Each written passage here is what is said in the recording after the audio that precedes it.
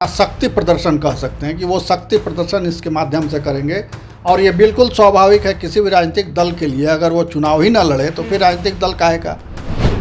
मगर मुकेश सहनी के साथ स्थितियां भी कुछ प्रतिकूल सी हैं और वो अपनी राजनीतिक ज़मीन तलाश रहे हैं, क्योंकि दोनों गठबंधनों से उन्होंने बैर मोल लिया है।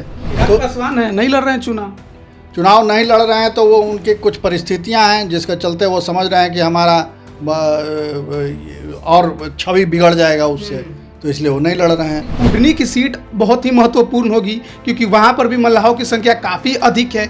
उम्मीदवार उतारेंगे, नुकसान किसे पहुंचाएंगे। हालांकि कोशिश कर रहे हैं फिर से महागठबंधन में जाने की वो, मगर रिश्ते इतने कटु हो चुके हैं, खास करके तेजस्वी यादव के साथ टक्कर कड़ी हो जाएगी। महागठबंधन और एनडीए में कड़ा मुकाबला तब हो जाएगा। अभी ये आते हैं मैदान में तो त्रिकोणीय मुकाबला होगा और उसका फ़ायदा महागठबंधन को मिलेगा। अगर ये एनडीए के साथ आ जाते हैं, उसके सहयोग से चुनाव लड़ते हैं तो फिर सीधा मुकाबला होगा, उसमें रिजल्ट कुछ भी हो सकता है। नमस्कार, आप लाइव बिहार देख रहे हैं। मैं हूं राजमोहन तिवारी। बिहार में अब 3 सीटों पर उपचुनाव को लेकर जो राजनीतिक समीकरण हैं वो बनने शुरू हो चुके हैं। आपको मालूम होगा कि बिहार में राजनीतिक परिस्थितियां काफ़ी ज़्यादा बदल गई हैं। अब बीजेपी अकेली है तो वहीं दूसरी तरफ महागठबंधन में 7 दल एक साथ हैं। लेकिन इसके अलावा एक और पार्टी की चर्चा उपचुनाव के समय काफ़ी ज़्यादा होती है, वो है वीआईपी पार्टी और उसके मुखिया मुकेश सहनी। पिछले दिन उन्होंने तीनों सीटों पर उम्मीदवार उतारने की घोषणा कर दी है और यह भी कह दिया है कि जैसे ही चुनाव से संबंधित अधिसूचना जारी होगी वे उम्मीदवारों के नाम की घोषणा भी कर देंगे। तो मोकामा, गोपालगंज और कुडनी में ये कितने महत्वपूर्ण साबित होंगे, किसको फायदा पहुंचाएंगे, किसको नुकसान पहुंचाएंगे, या फिर ये कोई दूसरी राजनीति कर रहे हैं, इस पर बात करेंगे। हमारे साथ वरिष्ठ पत्रकार प्रवीण बागी हैं। मुकेश सहनी भी अब एक बार फिर उपचुनाव में दिखेंगे। बोचाहा में हमने देखा, अब गोपालगंज, मोकामा और कुडनी में भी दिखेंगे। क्या सोचकर उतर रहे हैं या फिर कुछ उनकी राजनीतिक सोच जो है भविष्य को लेकर कुछ अलग है? देखिए, उनका चुनाव में उतरना बिल्कुल स्वाभाविक है। एक राजनीतिक दल वो चला रहे हैं तो राजनीतिक दलों का काम ही है चुनाव लड़ना और फिर उसके माध्यम से अधिक सीटों पर जीत दर्ज करना और सरकार में आना। मगर मुकेश सहनी के साथ स्थितियां भी कुछ प्रतिकूल सी हैं और वो अपनी राजनीतिक ज़मीन तलाश रहे हैं, क्योंकि दोनों गठबंधनों से उन्होंने बैर मोल लिया है। पहले पिछले चुनाव में वो राजद के साथ थे तो राजद का साथ छोड़ करके अंत में फिर एनडीए के साथ आए, फिर एनडीए से भी अलग हो गए या अलग कर दिए गए। तो अब कहीं वो नहीं है। हालांकि कोशिश कर रहे हैं फिर से महागठबंधन में जाने की वो, मगर रिश्ते इतने कटु हो चुके हैं, खास करके तेजस्वी यादव के साथ, क्योंकि तेजस्वी यादव की प्रेस कॉन्फ्रेंस का ही उन्होंने बाइकाट किया था और पीठ में छुरा घोंपा गया है ये कह के वो निकले थे वहाँ से, और फिर बाद में उनके कुछ बयान आए तो इससे वहाँ उनकी एंट्री अभी नहीं हो रही, मगर कोशिश में वो हैं। ये कहा जा रहा है कि अभी वो नीतीश कुमार के कुछ करीब आए हैं, तो नीतीश कुमार के करीब आए हैं तो हो सकता है कि भाया मीडिया नीतीश कुमार के फिर उनको महागठबंधन में शामिल कर लिया जाए। मगर मूल उनके साथ ये है कि अपने वोटरों को एकत्रित करना और अपने साथ जोड़े रखना, तो इसलिए चुनाव लड़ना ज़रूरी है। तो इसलिए वो चुनाव मैदान में जा रहे हैं। चुनाव मैदान में नहीं जाएंगे तो उनके वोटर फिर किसी दूसरे पार्टियों के साथ जुड़ जाएंगे। पहले मुकेश सहनी की चर्चा उतनी नहीं होती थी, लेकिन जब से बोचाहा का कांड हुआ है, जब से मुकेश सहनी को एनडीए से बाहर किया गया है, सोशल मीडिया में एक वर्ग है जो उनके प्रति सहानुभूति रखता है। खासकर जो मछुआरा समाज के जो लोग हैं वो उनके साथ नजर आते हैं। और बोचाहा में हमने देखा भी कि किस प्रकार से एकजुट होकर उनके पक्ष में वोट भी गिरे उस समाज के। ऐसे में कुडनी की सीट बहुत ही महत्वपूर्ण होगी क्योंकि वहाँ पर भी मल्लाहों की संख्या काफ़ी अधिक है। उम्मीदवार उतारेंगे, नुकसान किसे पहुँचाएंगे?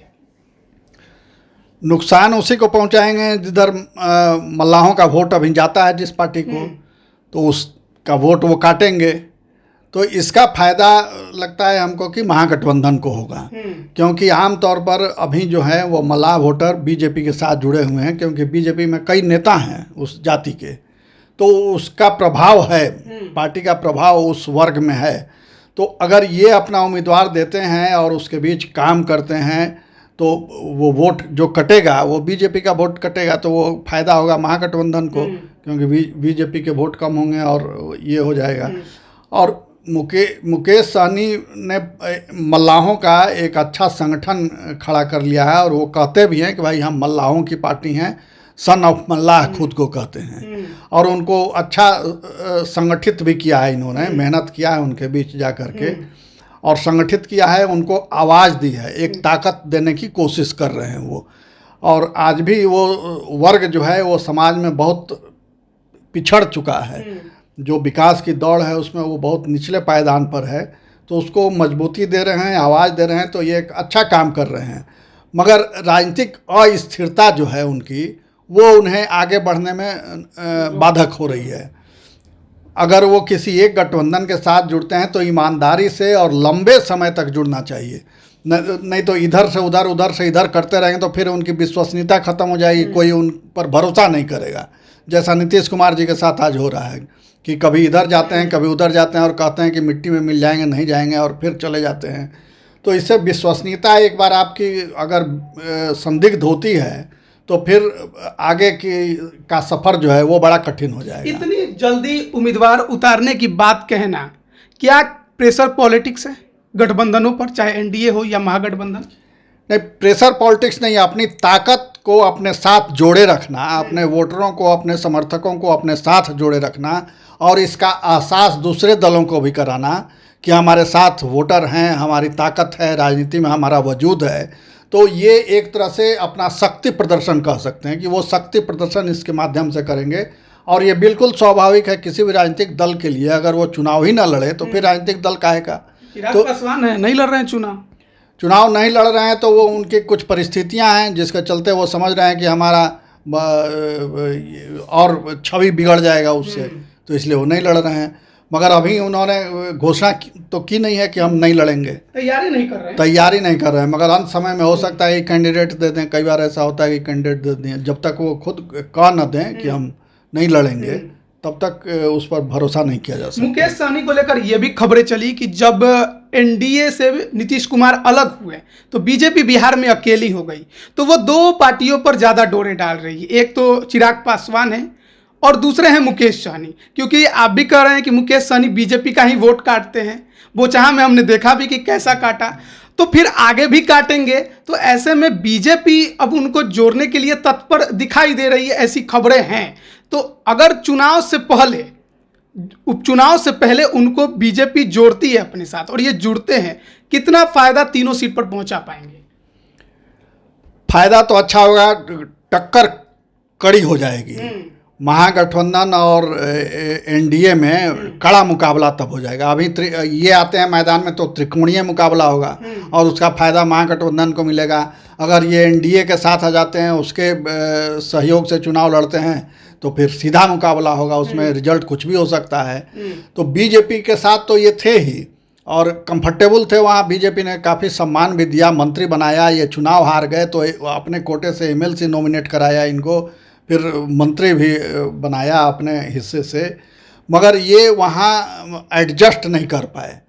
और एक जो होता है कि वैचारिक दृढ़ता और राजनीतिक सूझबूझ, तो उसका लगता है कि कहीं अभाव दिखता है, अनुभव की कमी भी है। या ये भी हो सकता है कि किसी विरोधी दल ने इनको भड़काया हो, उनके खिलाफ कर दिया और राजनीति में जोड़ तोड़ चलता रहता है, तो किसी के बहकावे में आकर के इन्होंने खामखा पंगा मोल लिया जिसकी कोई वजह नहीं थी।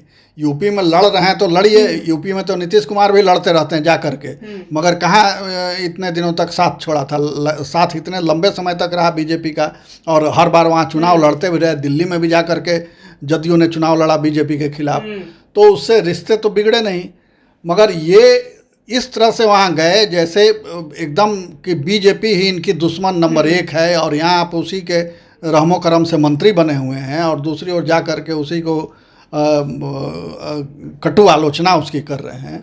तो इसके चलते जो रिश्ते बिगड़े वो अभी भी सुधर सकते हैं। बीजेपी तो कोशिश कर रही है। ये भी चर्चा चलती है कि उपचुनाव में वोट अच्छे लाते हैं, लेकिन कहा यह भी जाते हैं कि ये कैंडिडेट वैसा पकड़ते हैं जिसका अपना जनाधार होता है और वो वोट लेकर आता है। मोकामा में किसे उतारेंगे कोई नहीं जानता है, क्योंकि अनंत सिंह को टक्कर कौन देगा इसके लिए तो बीजेपी भी सोच रही है कि किसे उतारें। ललन सिंह जो वहाँ के मोकामा वाले ललन सिंह नाम से फेमस है, नलिनी रंजन शर्मा, उनसे मुकेश सहनी की पार्टी ने कांटेक्ट किया। गोपालगंज में साधु यादव से संपर्क करने की बात चल रही है। कुटनी में हालांकि अभी कोई बड़ी नाम तो सामने नहीं आई है, लेकिन चर्चा है कि चल रही है। तो मुकेश सहनी अपना ताकत दिखाते हैं या किसी और के जनाधार पर अपना नाम छपवाते हैं? नहीं, देखिए, कोई भी पार्टी अगर उम्मीदवार देती है तो वो अपने दायरे में जो सबसे मजबूत नेता होता है उसी को टिकट देती है। वो धन बल में मजबूत हो, जनबल में मजबूत हो और उसके साथ वोटर जुड़े हों, तो वैसे लोगों को टिकट दिया जाता है। तो मुकेश सहनी भी अगर ये कर रहे हैं तो इसमें स्वाभाविक प्रक्रिया है ये राजनीति की। मगर जो साधु यादव का नाम आप ले रहे हैं तो वो उनको अगर वहाँ से कैंडिडेट बनाते हैं तो वो बहुत गलत चॉइस हो जाएगा, क्योंकि साधु यादव का कोई जनाधार नहीं है। अच्छा। वो लालू प्रसाद यादव के जनाधार पर नेता बने हुए थे और जैसे उन्होंने अपना संबंध तोड़ दिया तो कई चुनाव लड़े साधु यादव और सब में हारे हैं। लेकिन पिछले बार 2020 के चुनाव में गोपालगंज में वो बसपा के टिकट पर दूसरे नंबर पर थे। हाँ, तो बसपा का उधर बेस है, वो यूपी का सटा हुआ इलाका है, तो बसपा के टिकट पर थे वो, तो बसपा का जो आधार वोट है वो जुड़ जाएगा। जैसे इधर सासाराम के साइड में है, उधर भी बसपा का बेस है, तो उधर कोई भी आदमी खड़ा होता है बसपा के टिकट पर तो अच्छा करता है। तो इसलिए वो पार्टी के का जो बेस वोट है, और ख़ास करके बसपा का तो आधार वोट वो कहीं इधर उधर नहीं जाता। एक बार जो फरमान हो जाता है तो आंख मूंद के उसका मतदाता वहीं वोट करता है। तो वो बसपा की ताकत रही होगी। अब हो सकता है अभी उनकी छवि कुछ सुधरी हो और कुछ जनाधार उन्होंने बढ़ाया हो, तो वो अलग बात है। मगर लगातार चुनाव हारते रहने से भी नेता की छवि खराब हो जाती है, लगता है कि अब ये जीतने वाला कैंडिडेट नहीं है। तो ये चीज़ें ध्यान रखनी पड़ती है, सब राजनीतिक दल इसका ध्यान रखना चाहिए। मुकेश सहनी जो है वो प्रेशर पॉलिटिक्स से ज़्यादा संगठन मजबूत करने की कोशिश में लगे हुए हैं। हाँ, वो दौरा तो कर रहे हैं, अपने आधार क्षेत्र में दौरा कर रहे हैं, लोगों से मिल रहे हैं, बैठकें भी कर रहे हैं। तो वो राजनीतिक ज़मीन तलाश रहे हैं अभी बिहार में। अब इसमें कितने वो सफल होते हैं, अकेले अपने बलबूते तो सफल होना कठिन है, तो किसी न किसी एक गठबंधन के साथ जुड़ना होगा। बिहार की राजनीति देखिए 2 ध्रुवीय है, और इसमें से किसी एक ध्रुव के साथ जुड़ करके ही आप अपना सफ़र आगे बढ़ा सकते हैं, नहीं तो फिर कोई आपका वजूद नहीं रहेगा। बहुत बहुत धन्यवाद आपका हमारे साथ जुड़ने के लिए। तो मुकेश सहनी एक बार फिर उपचुनाव में ताल ठोकने को तैयार हैं, चाहे मोकामा की सीट हो अनंत सिंह के सामने, या फिर गोपालगंज में, या फिर कुढ़नी में। तीनों जगह से उम्मीदवार उतारने का उन्होंने ऐलान कर दिया है, और यह भी कहा है कि जैसे ही चुनाव आयोग की तरफ से अधिसूचना चुनाव के संबंध में जारी होगी, नामों का भी ऐलान कर दिया जाएगा। लगभग नाम फाइनल हैं। अब ये राजनीति में जिस प्रकार से मुकेश सहनी आगे बढ़ रहे हैं, क्या कुछ करेंगे तीनों सीटों पर, फायदा या नुकसान, या बाजी जीतने का प्रयास, ये देखने वाली बात होगी। आप बने रहिए लाइव बिहार के साथ, तमाम अपडेट हम आप तक पहुंचा रहे हैं। आप सभी का बहुत बहुत धन्यवाद। लाइव बिहार YouTube पर सब्सक्राइब और Facebook पर लाइक जरूर करें।